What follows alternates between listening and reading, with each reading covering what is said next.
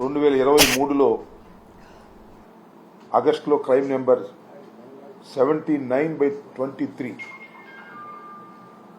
అన్నమయ్య జిల్లా ముదివేడు పోలీస్ స్టేషన్లో చంద్రబాబు నాయుడు గారి మీద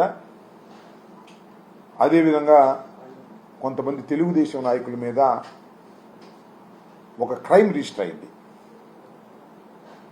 ఆ క్రైమ్ రిజిస్టర్ అయిన తర్వాత అది కూడా 307 సెక్షన్ ఇంకా other sections non bailable sections మీద ఒక క్రైమ్ రిజిస్టర్ అయింది. తర్వాత చంద్రబాబు నాయుడు గారు దాని మీద యాంటిసిపేటరీ బెయిల్కి వెళ్ళడం జరిగింది. యాంటిసిపేటరీ బెయిల్ కూడా హైకోర్టు వారు శాంక్షన్ చేయడం జరిగింది. ఆ కేసు ఇన్వెస్టిగేషన్లో ఉన్నటువంటి దశ. ఇందులో ప్రభుత్వం మారింది. చంద్రబాబు నాయుడు గారి నాయకత్వంలో ఉన్నటువంటి కూటమి ప్రభుత్వం అధికారంలోకి వచ్చింది. అధికారంలోకి వచ్చిన తర్వాత ఇవాళ పత్రికల్లో చూసాం. ఈ కేసు ఆ రోజున అంగళ్ళ మార్కెటింగ్ కమిటీ మాజీ చైర్మన్ డిఆర్ ఉమాపతి రెడ్డితో కంప్లైంట్ ఇవ్వడం జరిగింది. ఆయన కంప్లైంట్ ఇచ్చారు. ఈ కేసు ఏంటో కొద్దిగా పూర్వపురాలకు వెళ్తే చంద్రబాబు నాయుడు గారు ముదివేడు సమీపంలో 750 కోట్ల రూపాయలతో నిర్మిస్తున్నటువంటి ఒక రిజర్వాయర్కి సంబంధించినటువంటి అంశంలో ఆయన ఎన్జిటికి వెళ్ళి అక్కడ స్టే తీసుకొచ్చారు. దాన్ని సందర్శించాలి అనేటువంటి ఉద్దేశంతో ఆయన పెద్ద ఎత్తున నాయకుల్ని బలగాల్ని తీసుకుని వెళ్తున్నప్పుడు ఘర్షణ జరిగాయి. ఆ ఘర్షణ సందర్భంలో పోలీసుల్ని కొట్టేటటువంటి కార్యక్రమం చేశారు. వైఎస్ఆర్ కాంగ్రెస్ పార్టీ కార్యకర్తలను కొట్టేటటువంటి ప్రయత్నం చేశారు. ఒక పోలీస్ అధికారికి ఒక పోలీస్కి అధికారో లేకపోతే ఆయన కానిస్టేబుల్ ఆయనకు గాయం కూడా అయింది. వీటిని పురస్కరించుకొని అప్పుడు ఉమాపతి రెడ్డి గారు ఇచ్చినటువంటి కంప్లైంట్ని ఆధారంగా చేసుకొని 20 మంది మీద 307 మరియు ఇతర సెక్షన్స్తో కేసు నమోదు చేశారు. జనరల్గా కేసు నమోదు చేసిన తర్వాత దాని యొక్క న్యాచురల్ కోర్స్ ఏంటంటే ఇన్వెస్టిగేషన్ చేస్తారు. ఆ తరువాత ఛార్జ్షీట్ ఫైల్ చేస్తారు.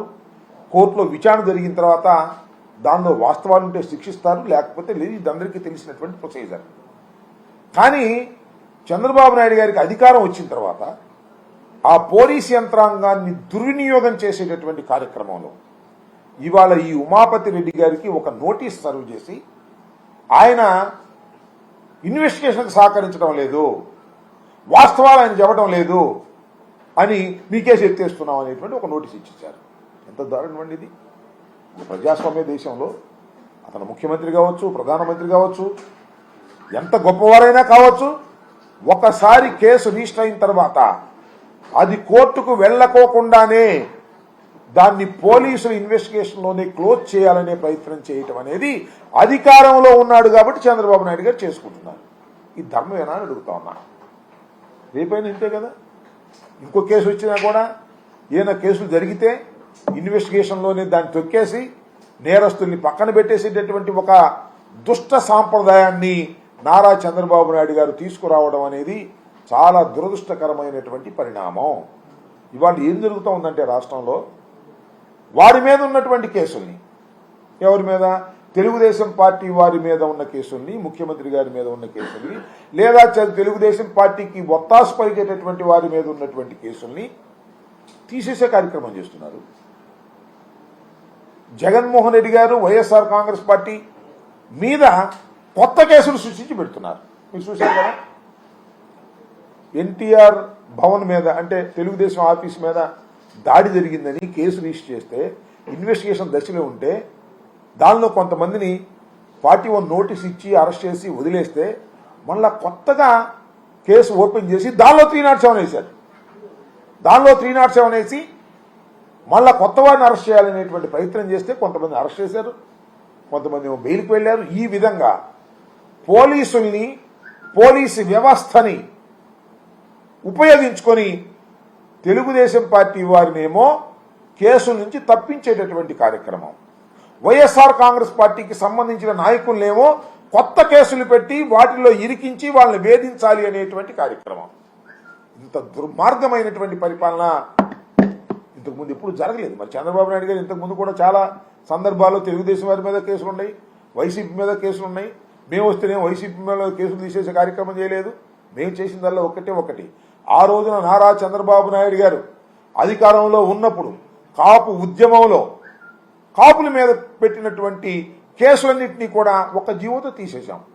ఒక జీవోతో ఒక పాలసీ మ్యాటర్గా తీసుకొని. అంతే తప్ప తెలుగుదేశం పార్టీ టైంలో పెట్టిన కేసులన్నింటి మా మీద కూడా కేసులు పెట్టారు, ధర్నా కేసులు. అయినా తీసేయలేదే. ఏమిటి అన్యాయం అంటున్నా? ఒక లా అండ్ ఆర్డర్ను మెయింటైన్ చేయాల్సినటువంటి ప్రభుత్వం తమ మీద కేసుల్ని తీసేసుకోవడానికి అధికారం ఉపయోగించుకునేటువంటి పరిస్థితి చేస్తుందంటే నిజంగా చంద్రబాబు నాయుడు గారు ఏం చేయాలంటే, ఎస్ వైఎస్ఆర్ కాంగ్రెస్ పార్టీలో నా మీద కేసు పెట్టారు, ఇది ఫాల్స్ కేసు, దీన్ని కోర్టులో ఎదుర్కొంటాను, కోర్టులో ఎదుర్కొని కోర్టు నుంచి పునీతంగా బయటకు వస్తాను అని చెప్పాలి. కానీ పోలీస్ ఇన్వెస్టిగేషన్లోని అధికారులను అడ్డం పెట్టుకుని కేసులు తీసేసేటటువంటి కార్యక్రమం చేస్తున్నారంటే ఇది నిజంగా ఈ ప్రజాస్వామ్య దేశంలో ఎంత ఘోరంగా చంద్రబాబు నాయుడు గారు ప్రవర్తిస్తున్నారో ప్రజలు అర్థం చేసుకోవాలి, మేధావులు అర్థం చేసుకోవాలని కూడా ఈ సందర్భంగా నేను మనవి చేస్తున్నాను. చంద్రబాబు నాయుడు గారు ఆ రోజున ఎంత దారుణంగా ప్రవర్తించారో మీ అందరికీ గుర్తుండే ఉంటుంది. వెళ్ళి గలాట సృష్టించేటువంటి కార్యక్రమం చేస్తేనే తప్పనిసరి అయిన పరిస్థితుల్లోనే ఉమాపతి రెడ్డి గారు కంప్లైంట్ ఇస్తే పోలీసులు కేసు రిజిస్టర్ చేశారు. అదే పోలీసుల చేత కేసు విత్డ్రా చేయించుకునేటటువంటి దౌర్భాగ్యమైన పరిస్థితికి చంద్రబాబు నాయుడు గారు రావడం చాలా దురదృష్టకరం. దీన్ని మేము తీవ్రంగా ఖండిస్తున్నాం. ఇప్పటికైనా చంద్రబాబు నాయుడు గారు తనని కోర్టులో నిరూపించుకొని బయటికి రావాలి. ఇన్వెస్టిగేషన్లో అధికారాన్ని ఉపయోగించుకొని తప్పుకు పోతే అది సరైనటువంటి సాంప్రదాయం కాదని కూడా ఈ సందర్భంగా నేను చెప్పదలుచుకున్నాను. రెండో అంశం ఏంటంటే, రాష్ట్రంలో ఒక చాలా చిత్రమైనటువంటి పరిస్థితి వచ్చింది చంద్రబాబు నాయుడు గారు వచ్చిన తర్వాత. అన్ని సిండికేట్లు ఇవాళ అసలు టెండర్లు ఉండవు, కాంపిటీషన్లు ఉండవు, ధరలు మాత్రం వాళ్ళు నిర్ణయిస్తారు, ఆ ధరలకే మనం కొనాలి, లేదు మనం అమ్ముకోవాలన్నా కూడా ఆ ధరలకే మనం అమ్ముకోవాలి. ఇలాంటి ఒక కొత్త పద్ధతిని చంద్రబాబు నాయుడు గారు తీసుకొచ్చారు. సరే, అది ఆయనకి పాత పద్ధతి ఇంతవరకు 2014 to 19 వరకు చేసినప్పుడు కూడా ఇదే పద్ధతిలో ఆయన చేశారు. చిత్రం ఏంటంటే, ఈ రాష్ట్రంలో ఉన్న ప్రైవేట్ డైరీలన్నీ సిండికేట్ అయిపోయినాయి.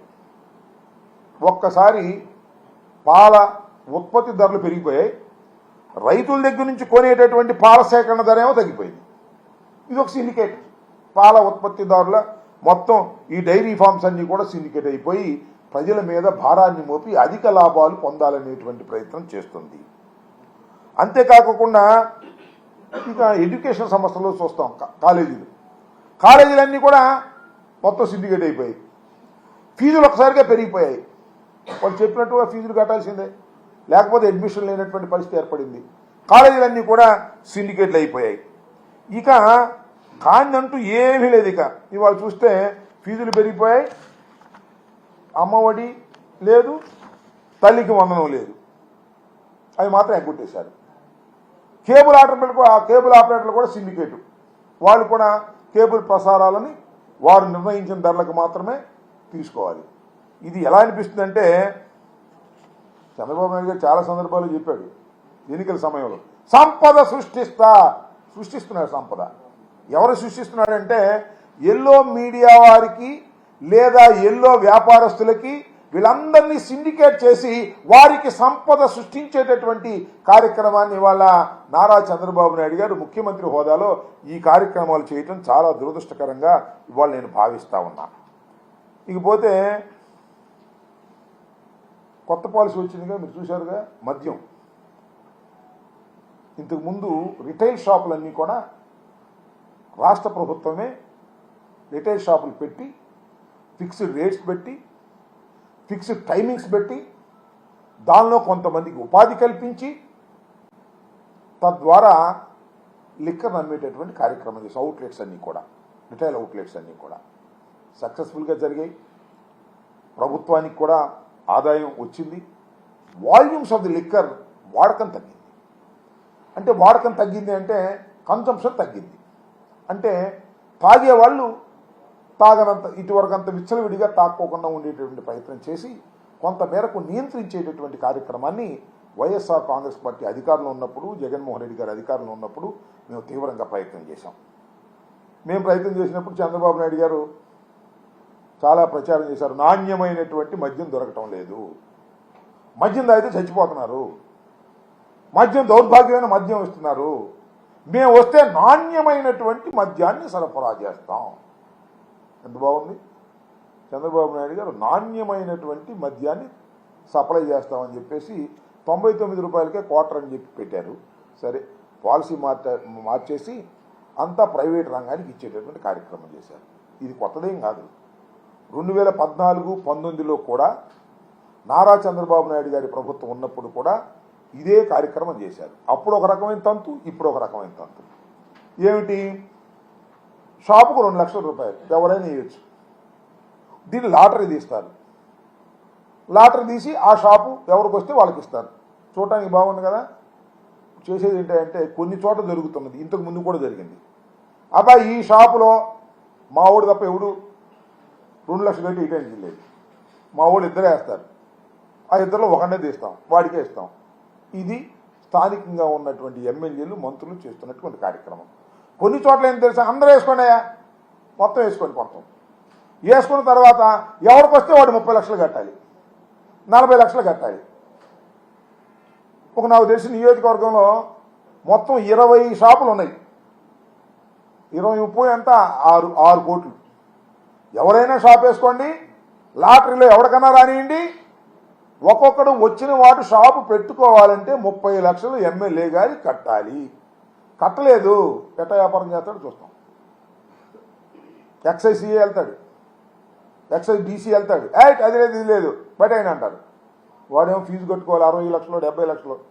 వీళ్ళు అడ్డం పడితేనేమో సాగదు. బ్రాంతి వ్యాపారం మనం చిన్నప్పటి నుంచి చూస్తున్నాం. ఎక్సైజ్ డిపార్ట్మెంట్ కోఆపరేట్ చేస్తే తప్ప వాళ్ళు చేయలేరు. వాళ్ళ మీద కేసులు రాసేస్తారు, మూసేస్తారు, షాపుకు సీలేస్తారు.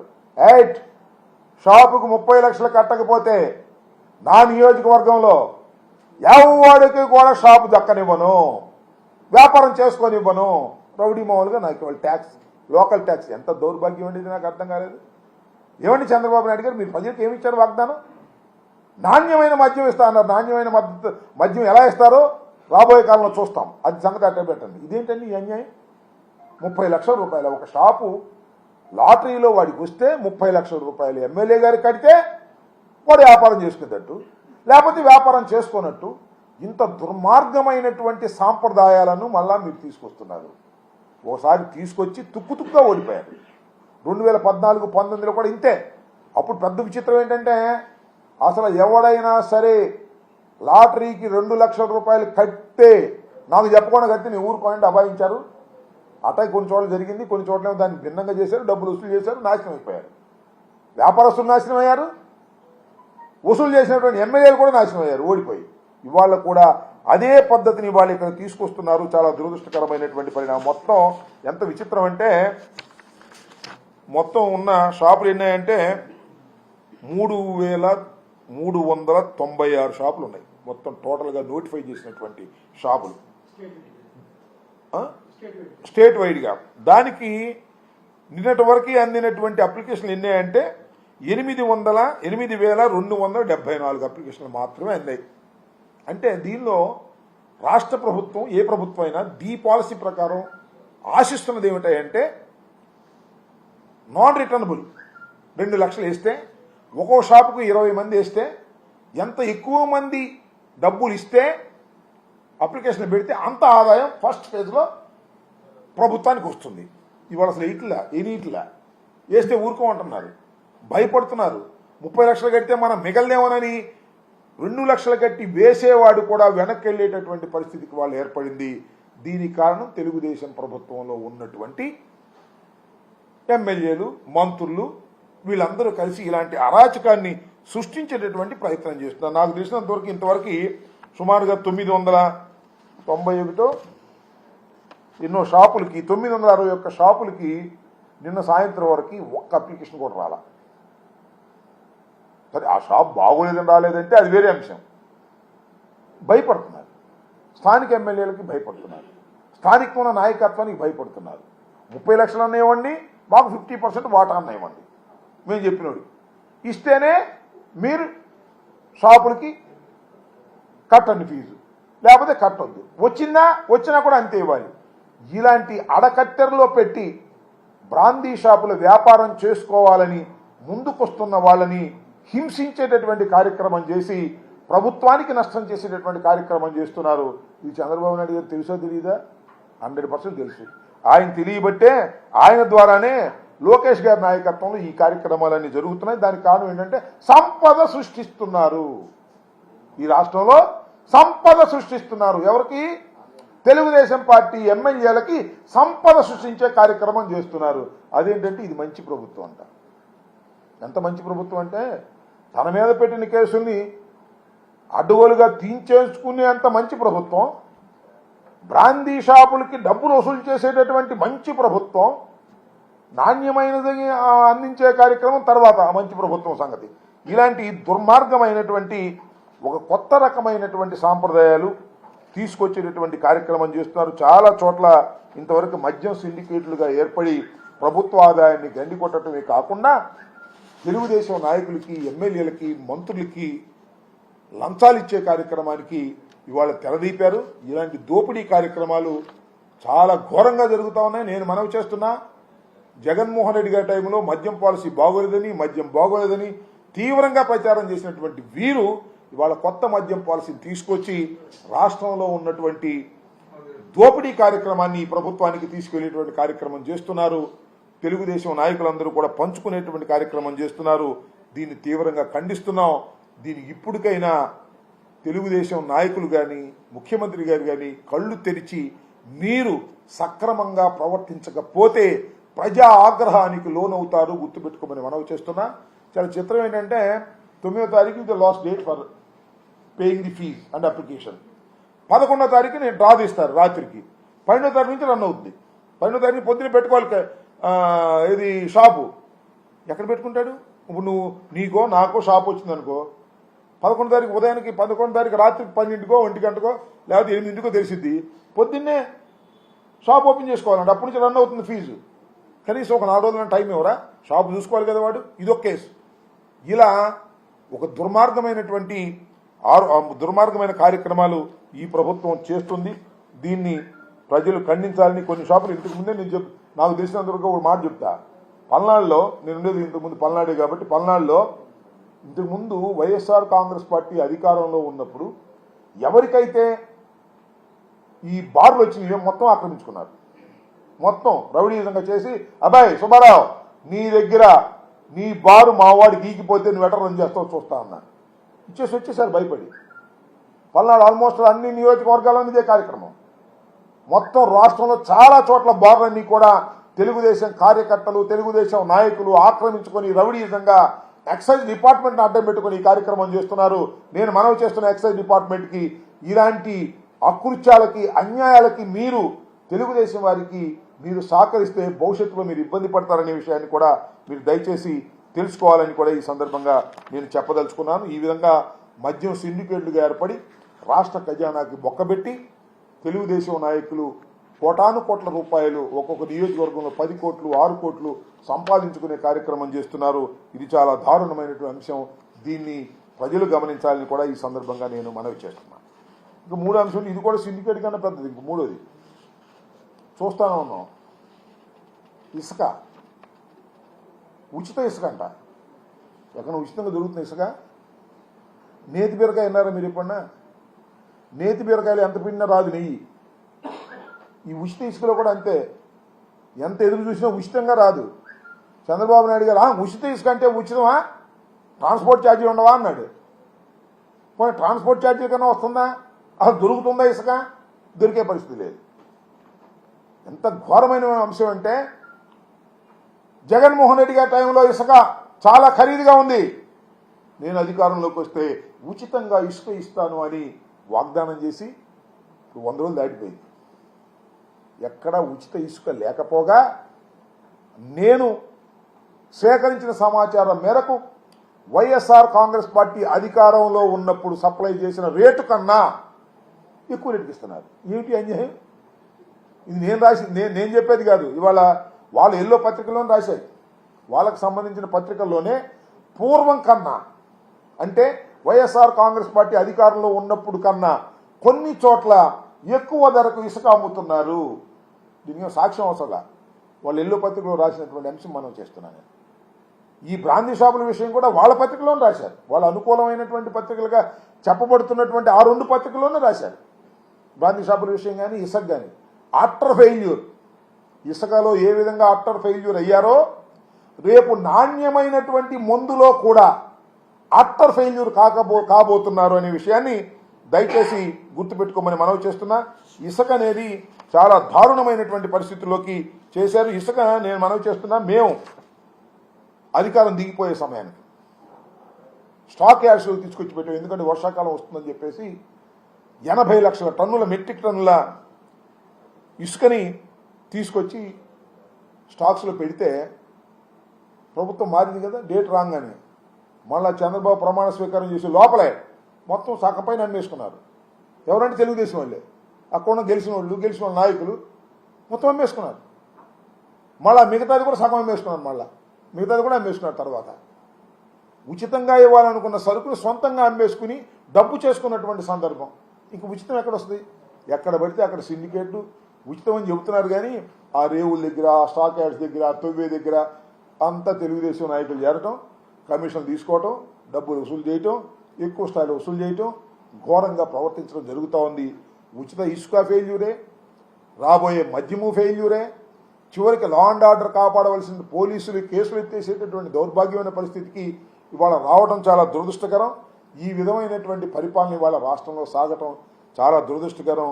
కేవలం 4 మాసాలు కూడా నిన్నల 4 మాసాలకే ప్రజా వ్యతిరేకత విపరీతంగా పెరిగిపోయినటువంటి పరిస్థితి కనిపిస్తా ఉన్నది.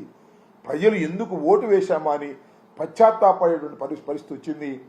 దీనికన్నా ఈ కూటమి ప్రభుత్వం కన్నా జగన్మోహన్ రెడ్డి గారి ప్రభుత్వమే చాలా చక్కగా పరిపాలన సాగింది. It is a better government అని ఇవాళ రియలైజ్ అవుతున్నటువంటి దశ. ఇసుక ఉచితంగా కాకపోయినా కనీసం జగన్ గారి టైంలో ఉన్న ధరకు కూడా దొరకనటువంటి దౌర్భాగ్యమైన పరిస్థితి ఏర్పడింది. ఈ మద్యం దుకాణాలు కూడా ఇదే విధిగా దోచుకునే కార్యక్రమాలు జరుగుతూ ఉన్నాయి. దీన్ని ప్రజలు గమనించాలని ఇప్పటికైనా ప్రభుత్వానికి నేను మనవి చేస్తున్నా. అయ్యా, తొందర ఏం లేదు, మీరు చేసిన పాపాలు ఒకటి పెరుగుతూ ఉన్నాయి. మీ పాపాలను సరి చేసుకోండి. ఇంకా 4.5 సంవత్సరాల పాటు మీరు పరిపాలన చేయాలి.